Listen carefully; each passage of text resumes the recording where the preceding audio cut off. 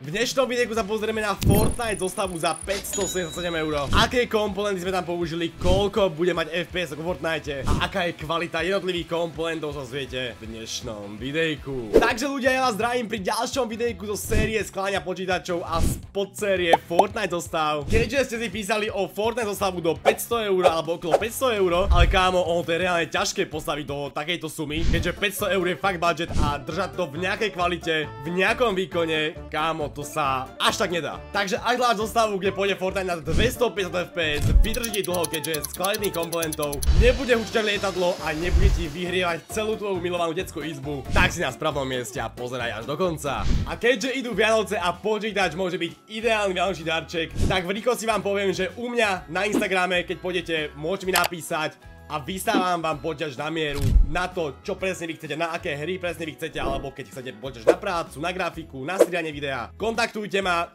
viem vám to zostaviť za sumu 9,99, čo je o mnoho nižšie, ako to robia ostatní. A ak budete mať záujem, tak sa vieme dohodnúť aj na montáži komponentov a vlastne domov vám príde už celý počítač. Takže ľudia klasicky, nakádzame sa na Alze a začíname procesorom. AMD Ryzen 5 3600. Tento procesorčík má 6 jadier 12 laken, základom také 30 GHz s boostom na 42 GHz. Čo v zostave za 577 € je celkom dosť v pohode a na Fortnite to taktiež v pohode stačí. Samozrejme je bez integrovaného grafického čipu na socket AMD AM4, čo samozrejme pochopiteľné, že nebudeme asi hádzať do zostavy za 577 € socket AMD AM5, keďže by nám to ani cenovo nevyšlo. S odberom 65 W, čiže není to žrút a na to nám bude stačiť aj klasický box sladič, že teploty nepresiahnu vyše 60 stupňov. Má taktiež aj dobré recenzie a za mňa si ho tam môžeme dať 78,90 do košíka. Ďalším komponentom, ľudia, všetky komponenty našeho budeme, je samozrejme základná doska. A tu som vybral Asus TUF Gaming A520M+2.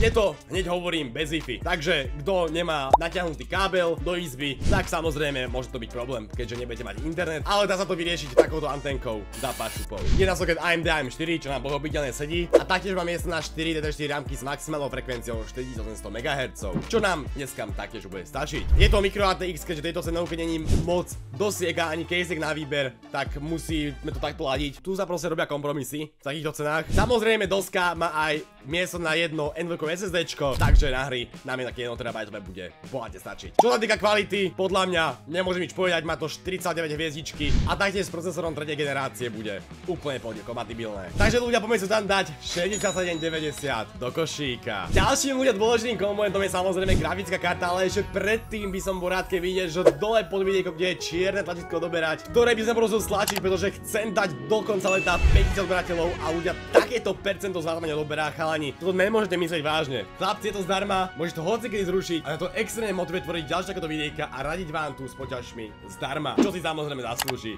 podporu a veľký like. No a aká je tá grafická karta? Grafická karta je samozrejme osladená Saphir Plus Radeon RX 4608 GB.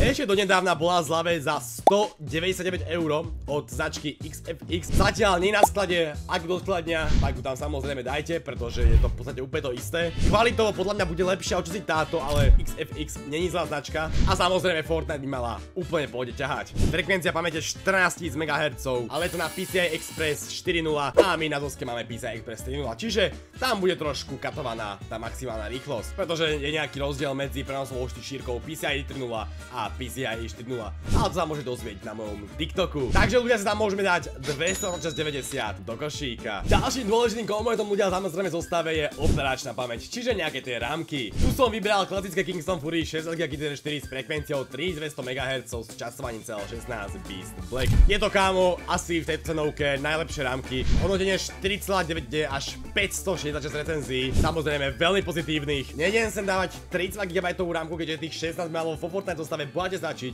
ale ako náhle ti človeku nebude z týchto 60 GB stačiť, napríklad možno nejakú prípadnú prácu, tak samozrejme si tieto rámky môžeš ľahko dokúpiť a inštalácia je veľmi jednoduchá. To samozrejme zvládne aj slepý. Takže ja si myslím, že tam môžeme dať 34,90 do košíka. Keď už sme ľudia pri tej pamäti, poďme sa samozrejme zvoliť nejaké to SSDčko, ktoré som vybral Apacer AS2280 P4 U Pro 1 terabajt. Má to veľmi dobrý názov, taký krásny, zložitý, aby sa mi to čo najhoršie si čítalo. Samozrejme, N2-kové SSDčko na PCI i3.0 so životnosťou až 760 zapílených terabajtov, takže taktiež bude plne stačiť. A ako som už spomenul, rýchlosť čítania 35 MS s rýchlosťou zápisu 30 MS, čo sú vlastne maximálne hodnoty, čo nám poskytuje PCI i3.0. 6890 do košíka. Ďalším kompletom, veľmi dôležitým kompletom, zároveň predposledným kompletom je samozrejme napájanie tohto počítača, čiže nejaký ten zdroj. Zdroj je veľmi dôležitý, pretože keď ti drpne bez elektriky, tak nechceš o svoje všetky milované komponenty. No a tu som vyberal Be Quiet System Power 10 550 W. Je to bronz s účinnosťou 85,5%, samozrejme s certifikáciou 80 plus bronz, kvalitná nemecká značka, je to veľmi tichý, není modulárny, ale dosť kvalitný zdroj. A za 5890 si myslím, že tam môžeme aj dať. 5890 do košíka. No a ľudia, posledným komponentom v zostave je samozrejme PC case, ktorú sme vybrali Zalman S3 TG. Je to takáto obyčajná kejska, ale za 40 €, čo chcete čakať proste. Čo je dôležité, že má 3 osadené 20 mm ventilátory, takže samozrejme nejaký airflow tam bude. Typujem, že 2 predu, 1 vzadu, čo stačí pre pohode airflow, a hlavne pri Fortnite, kde ten počítač nebude až tak chúriť. Samozrejme má to aj temperované sklo, čiže žiadny plastiak. No a maximálna dĺžka grafickej karty je 330 mm,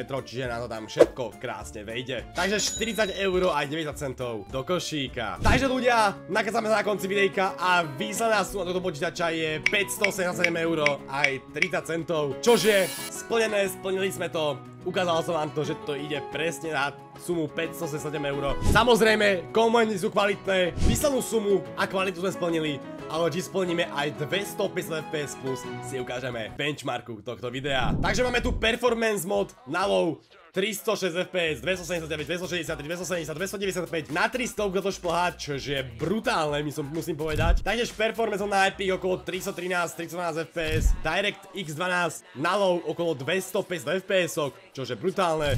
No a na medium okolo 177, 181. Tak sa to tam trošku motá. Taktiež DX12 na Epiku okolo 60 FPS, čož je stále hrateľné, ale ja by som vám odporúčal ten performance mod. No a ľudia, toto by bolo aj všetko z dnešného videjka, vám ďakujem za to pozeranie až sem. Kto rozmýšľa nad kúpou Fortnite počítača, podľa mňa toto je super voľba, keď nemáte veľa peňazí. Či sa vyššie oplatí PSPčko, je to úplne na vás, ja by som radšej bral počítač stále.